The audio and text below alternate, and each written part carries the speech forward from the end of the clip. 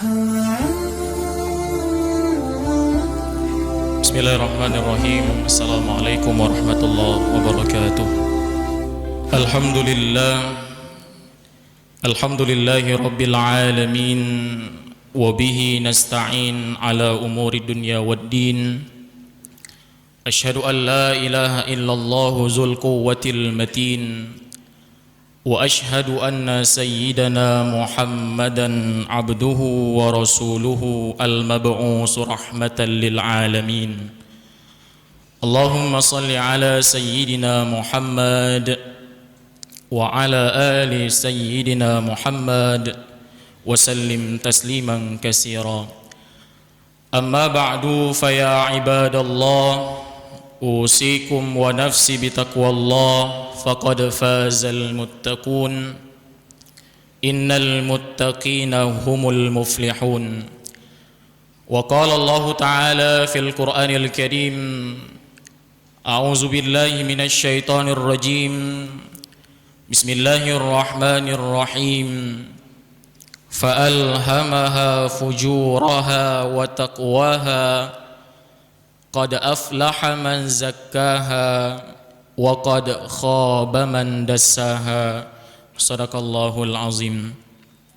Ma'asyiral muslimin, jamaah Jumat yang dirahmati Allah Subhanahu wa taala, kita awali khutbah pada hari yang penuh dengan keberkahan ini dengan senantiasa memanjatkan rasa syukur kepada Allah Subhanahu wa taala. Allah yang telah mencurahkan kepada kita begitu banyak nikmat, di antaranya nikmat sehat dan nikmat iman, sehingga dengan modal dua nikmat itulah pada hari yang mulia ini kita telah mampu untuk memakmurkan salah satu buyutullah, rumah Allah, untuk kita tunaikan kewajiban kita dan bagian daripada syiar agama Allah Subhanahu wa taala. Wa may yu'azzim sya'airallah fa innaha min taqwal qulub. Barang siapa yang bersemangat, barang siapa yang bersungguh-sungguh dalam mensyiarkan syiar agama Allah, maka semuanya itu adalah berasal dari dorongan atau ketakwaan yang ada dalam hatinya. Mudah-mudahan Allah senantiasa memancarkan cahaya iman dalam hati kita sehingga kita semua menjadi hamba-hamba Allah yang selalu patuh dan taat kepadanya.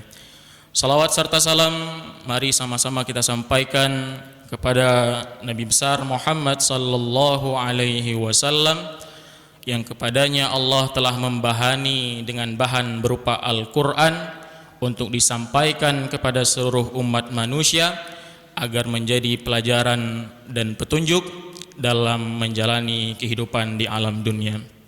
Ma'asyiral muslimin, jamaah Jumat yang dirahmati Allah, melalui mimbar ini izinkan khatib untuk berwasiat kepada diri khatib sendiri dan juga kepada jemaah sekalian.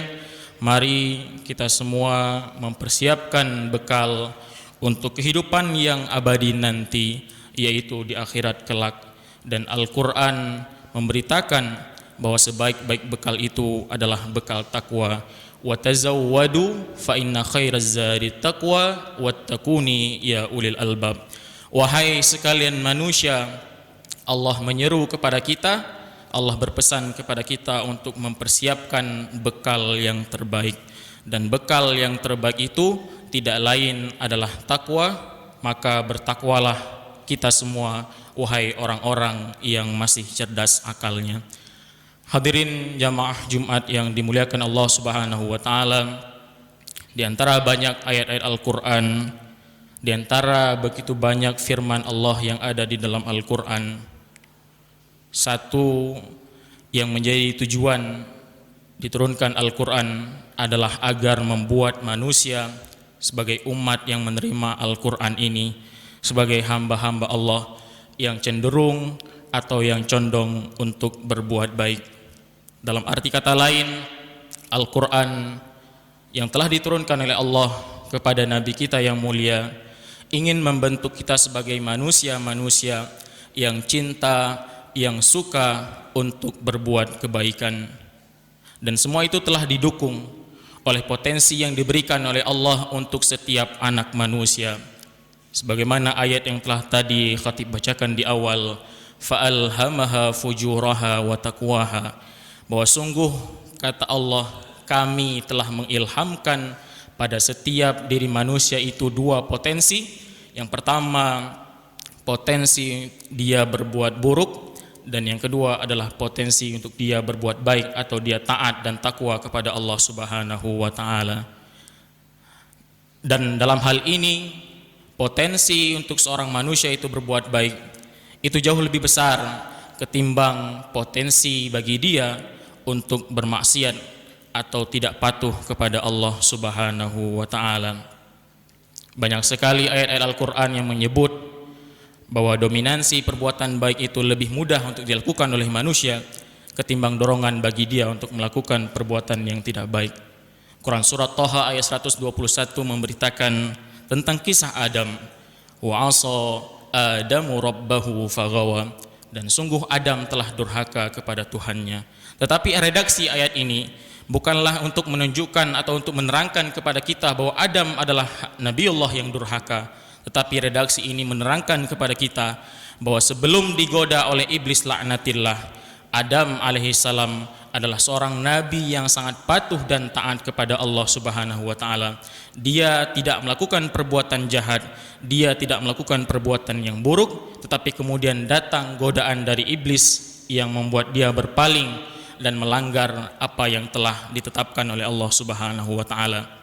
Meski pada akhir cerita kemudian Adam bertaubat dan Allah menerima taubatnya sehingga kemudian mengembalikan Adam alaihissalam ke dalam fitrah atau kesuciannya.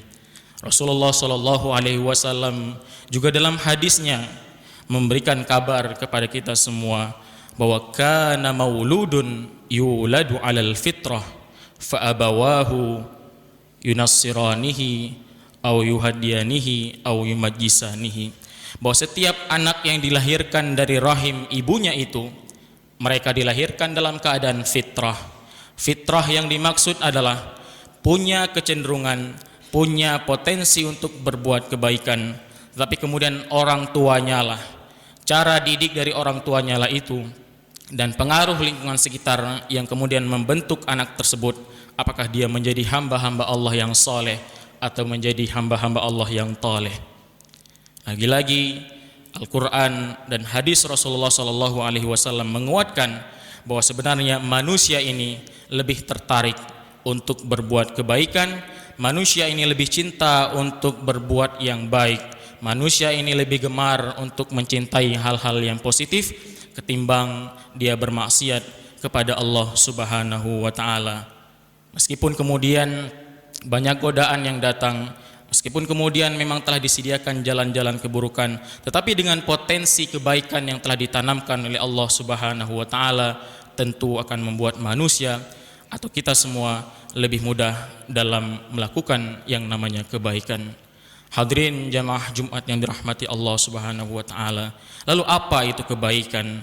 Para ulama tafsir secara singkat atau secara ringkas memberikan kabar bahwa yang namanya kebaikan itu adalah apa saja yang dilakukan oleh seorang anak manusia yang dengan dia melakukan itu menjadikan dia sebagai hamba-hamba yang baik atau hamba-hamba yang dikelompokkan ke dalam golongan muhsinin atau orang-orang yang gemar pada kebaikan.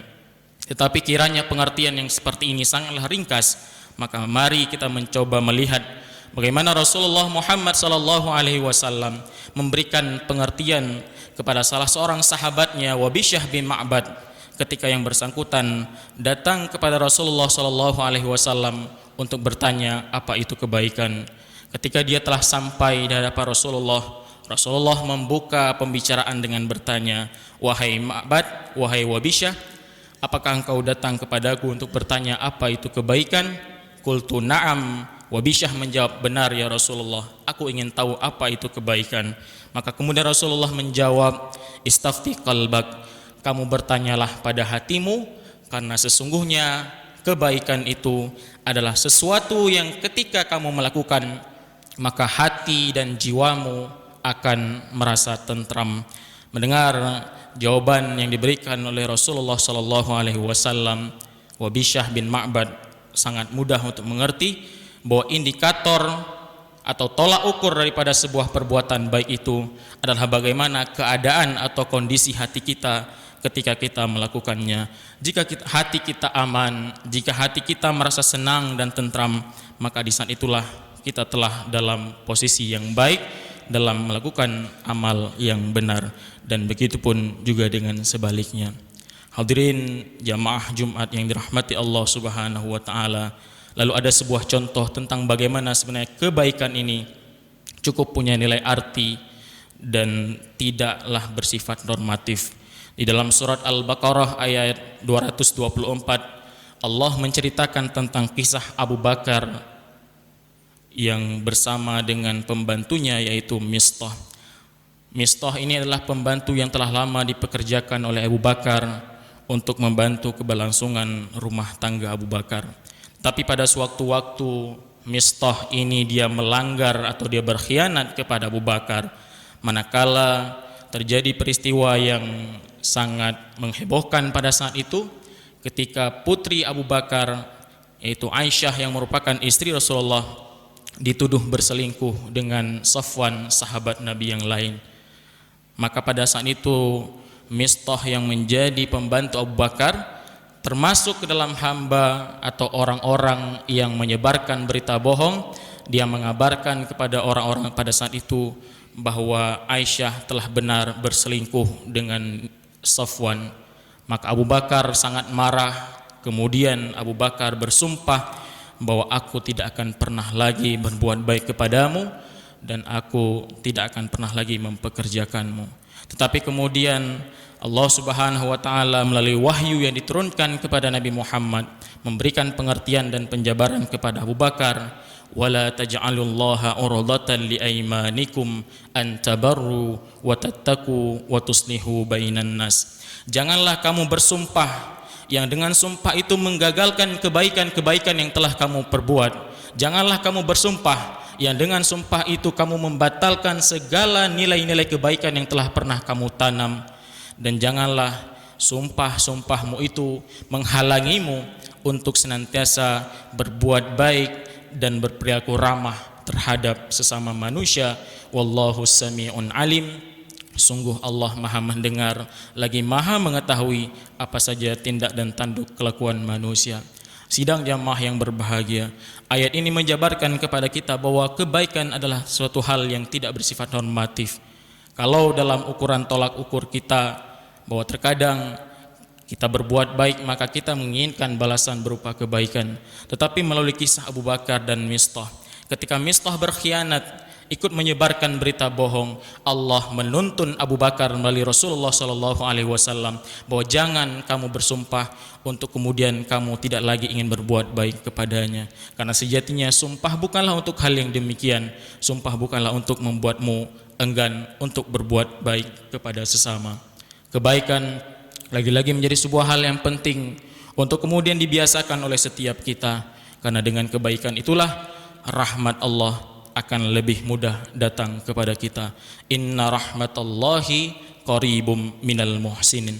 Sungguh rahmat Allah, kasih sayangnya Allah itu akan sangat dekat diberikan kepada hamba-hamba Allah yang gemar berbuat kebaikan. Dan yang terakhir, janji Allah Subhanahu wa taala kepada hamba-hambanya atau setiap kita yang cinta dan gemar untuk berbuat baik, maka Allah telah menyiapkan syurga sebagai balasan yang tiada duanya. Surat Ar-Rahman ayat 60 dan 61 mengabarkan hal jazaul ihsan illal ihsan, bahwa sungguh tidak ada balasan bagi sebuah perbuatan baik melainkan kelak di yaumil qiyamah Allah akan menghadiahkan kepada orang-orang yang berbuat baik semasa di dunia dengan hadiah syurga, yang syurga itu dihiasi dengan penuh kenikmatan yang tak pernah kita rasa, yang tak pernah kita lihat saat kita hidup di alam dunia. Mudah-mudahan Allah Subhanahu wa taala menunjukkan kita jalan-jalan yang kebaikan sehingga kita menjadi hamba Allah, hamba Tuhan yang cinta, yang gemar untuk berbuat baik dan gemar untuk berkumpul dengan sesama orang-orang baik. Amin amin ya mujibas sa'ilin.